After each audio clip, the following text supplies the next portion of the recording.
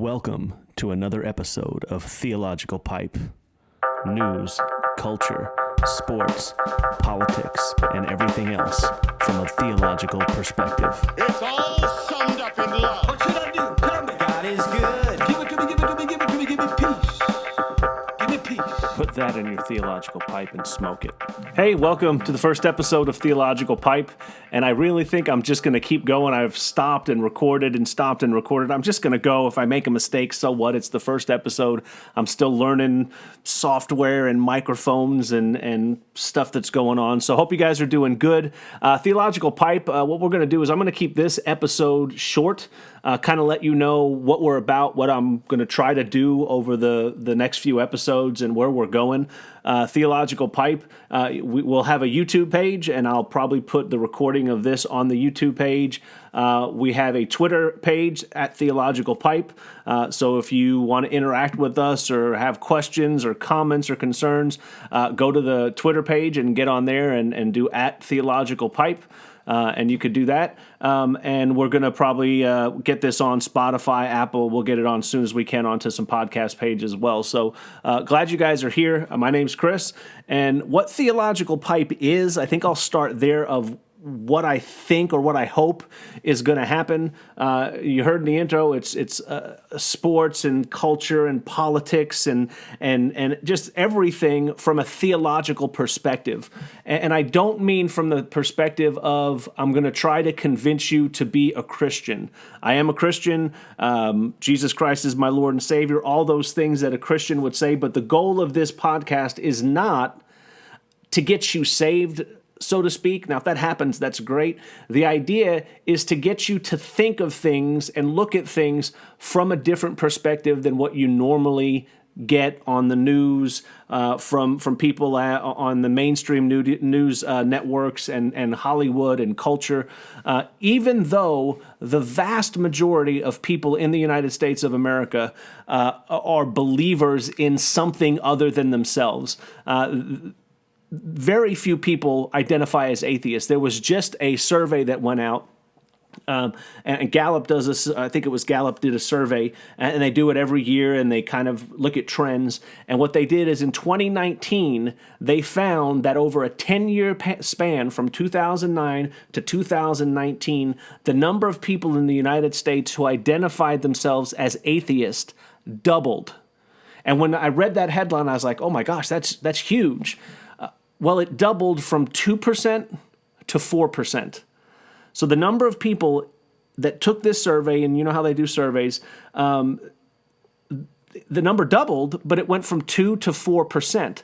That means 96% of people in the United States are either agnostic, which means they just don't know. There could be a God, there might not be a God. And then there's a vast, vast majority, 70, 80% of the people in the United States of America believe that there's something else. There's more than just this. There's more than just dust and space dust. It's more than just we blew up and somehow things formed and evolved and life evolved from nothing.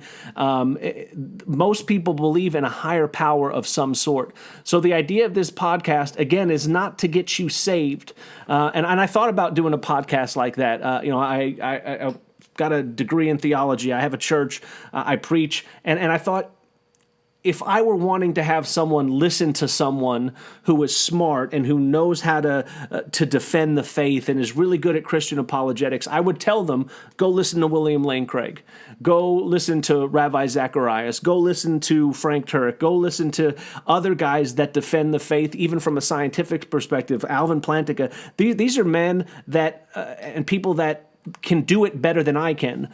But I just wanted to say I'm going to approach life from the perspective that there's a God. And so when you turn on the news and you see something, you are getting it probably from a progressive, liberal, Democrat, atheist sort of perspective. And there's nothing wrong with that. But when 80% of the people in this country believe in God and believe in moral standards and believe that there's a right and a wrong and believe that there's something more, and when probably the country is split half and half liberal, half progressive, or half liberal, half conservative, half Republican, half Democrat in that way, or it's 30-30-30, Republican, Democrat, 33-33-33, liberal or Democrat, Republican, and independent, to always get your news and your sources from a one-sided perspective, it's no wonder that the approval rating of journalists is so low. It's no wonder, because they're always coming from a perspective of progressive liberal Democrats. And you can just look at any kind of survey. They do surveys of journalists and where they donate their money when it comes to political causes, and it's 90-something% to Democrats. You could look at all that and say, okay, well, no wonder you feel out of place when you watch the news and you see something and you're like, well, that's an interesting perspective, but what about my perspective? And I think there's a disconnect. So I thought, I'll do a podcast, and when things happen, I'll come on here and say, have you ever thought of it this way, from a theological perspective, from a theological point of view? And the phrase theological, well, not the phrase, the theological pipe, where that came from, I was at a youth camp. I was a youth pastor. I was at a youth camp, and the pastor would often pose questions to the students, and he would tell them, he would give them like a verse from the Bible and say, hey, you've heard of this. Well, what about this verse that means the exact opposite of what you think this verse means? How are you going to put those together, and how are you going to justify those together? And he goes, that's something to think about. Put that in your theological pipe and smoke it.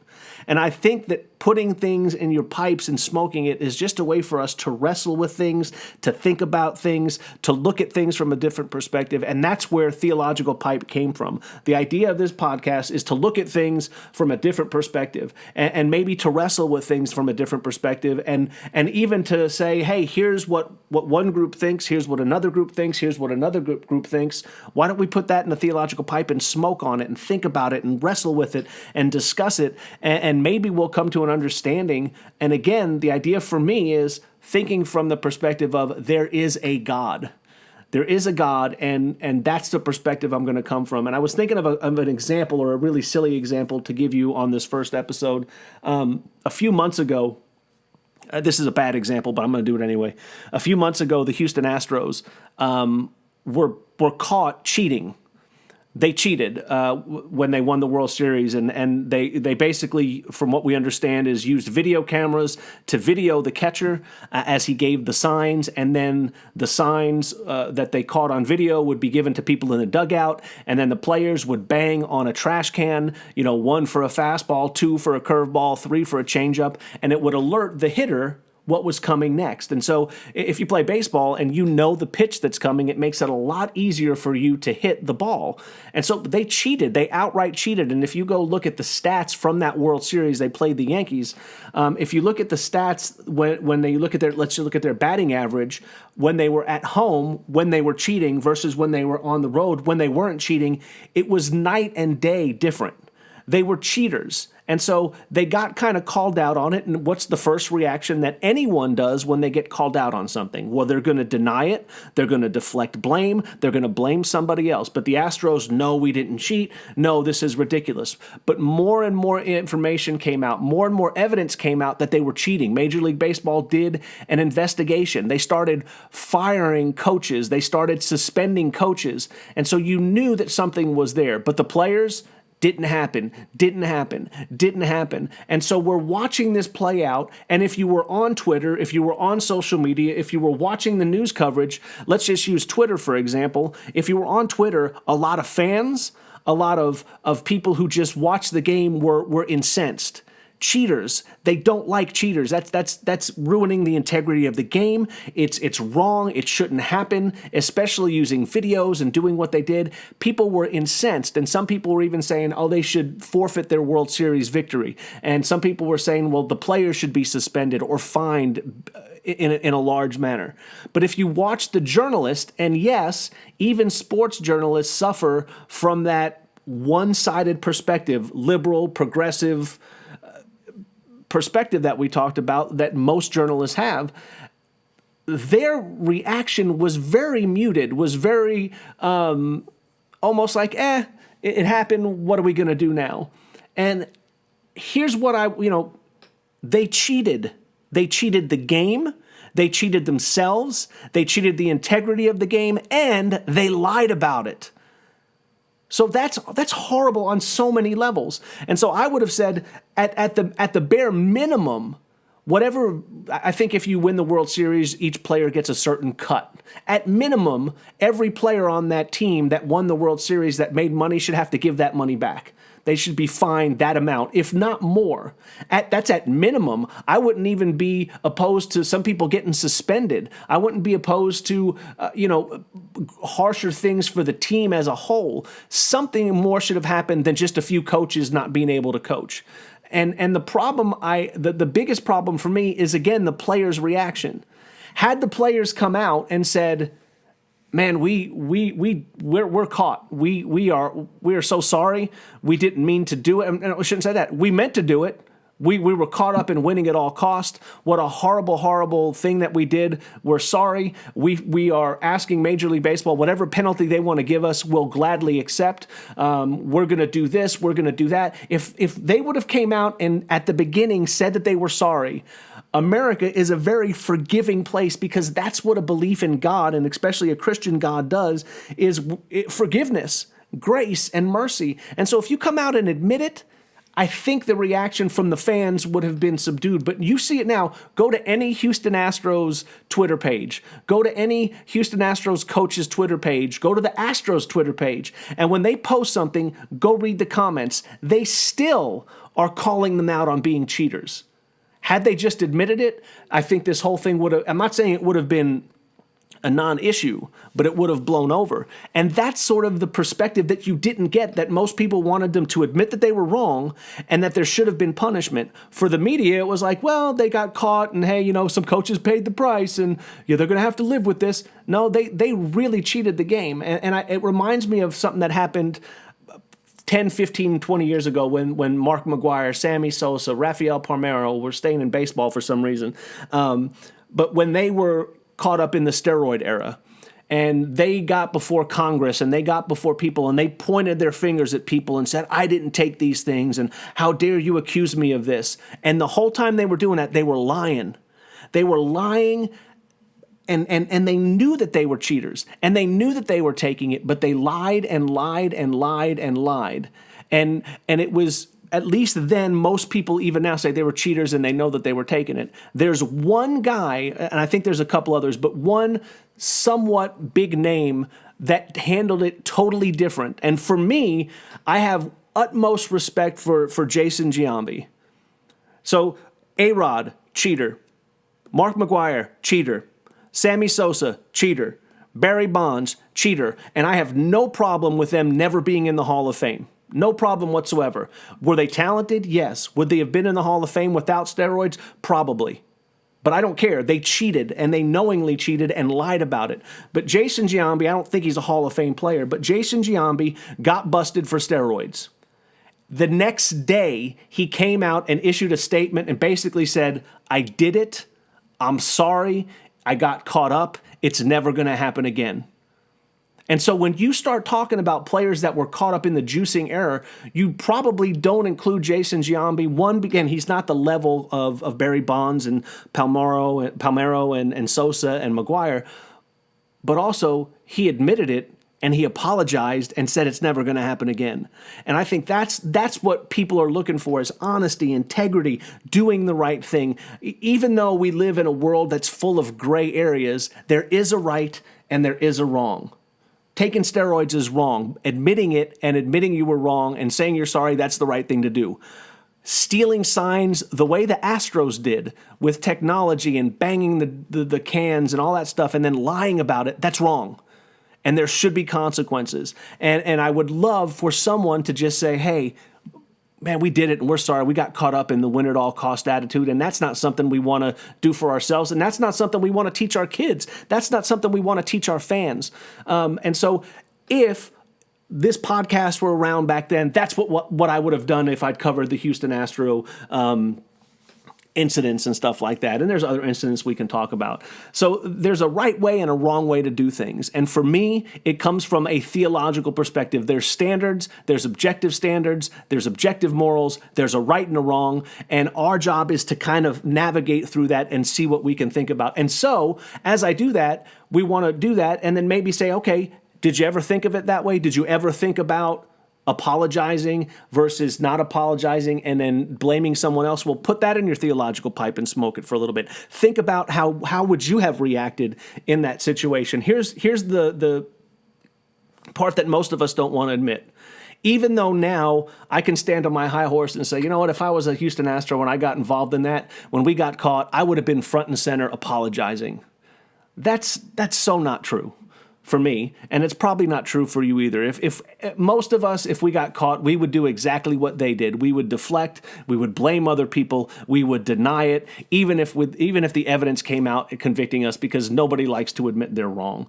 And I think that's something that we can do. So again, we'll cover an issue and then we'll think about it. And my whole idea with this is to make you think about those things. And again, put that in your theological pipe and smoke it. And I think the issue, the phrase where that came from, I can remember the pastor at the camp talking about the phrase about, hey, you've heard that Christians aren't supposed to judge people, right? That's one of the things nobody likes.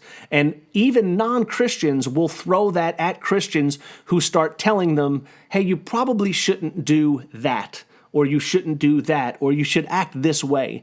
And they'll say, who are you to judge me? Doesn't the Bible say that you're not to judge people? Aren't you supposed to take out the plank from your own eye? And yes, that's true. And everyone says amen. Of course it's true. But most people leave out the rest of that verse in the Bible. It does say, take the plank out of your own eye. So you can see clearly when you start talking to your brother about what they're doing right or doing wrong, or your brother or sister. And so we are supposed to judge people. And if you look at the Bible, there's there's a few verses that talk about Christians judging other Christians. So that was the context of that. And when the pastor at that youth camp said that, he would then look at everybody and say, put that in your theological pipe and smoke it. You've thought one way about things. Here's a different way to think about it. Now you need to wrestle with it. And so that's what we're going to do on Theological Pipe. We're just going to talk about things that are going on. And it's going to be politics and sports and news and culture and music and songs and all those things, books, whatever's out there, we're going to talk about it. And hopefully from a perspective that maybe you didn't hear about. And maybe you did and you agree with it. That's great. Hopefully you don't agree with it and you can interact with me again on Twitter and on YouTube. Again, you can leave comments on the YouTube page when this is uploaded. And again, at Theological Pipe is the address at YouTube and at Twitter. I'll get other addresses and add them as we go. But for now, we're going to be on YouTube. The Twitter page is at Theological Pipe, and this will be uploaded again to, Apple Podcasts, Google Podcasts, Spotify as I get going. So I think I'm going to stop there. I appreciate you guys listening. Again, hit us up on those on Twitter. Probably is the quickest way because I'll see that pretty quick, and we'll upload another episode. And my goal again right now is to do a few of these a week, and maybe we'll go. I have no idea what we're going to do, to be honest with you. This is all new, so hope you like it. Stay in touch, and again, put that in your theological pipe and smoke it. And the last thing I'll leave you with, and I hope I remember to do this every episode. There's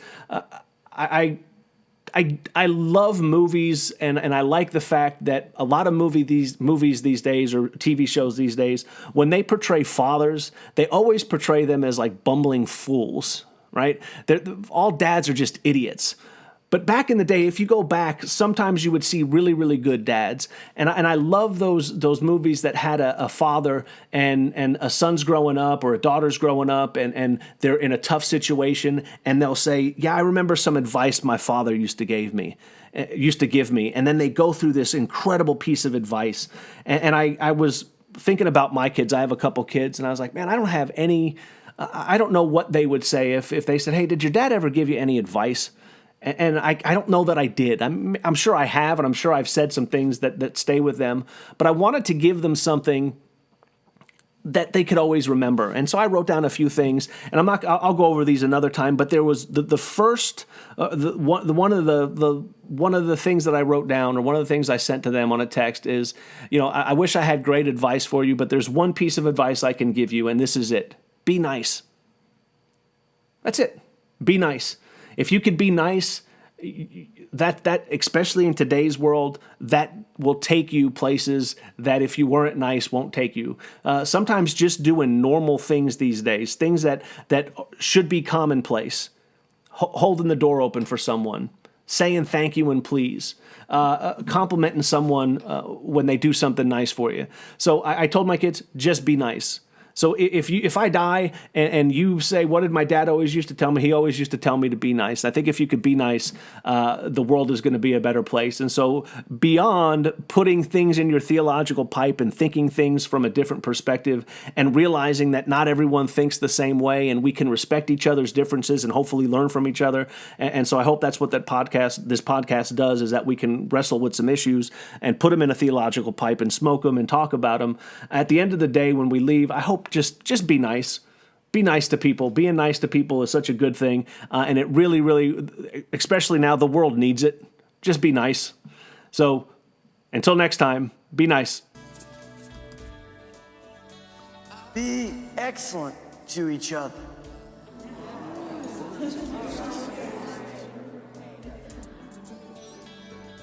Party on, dudes!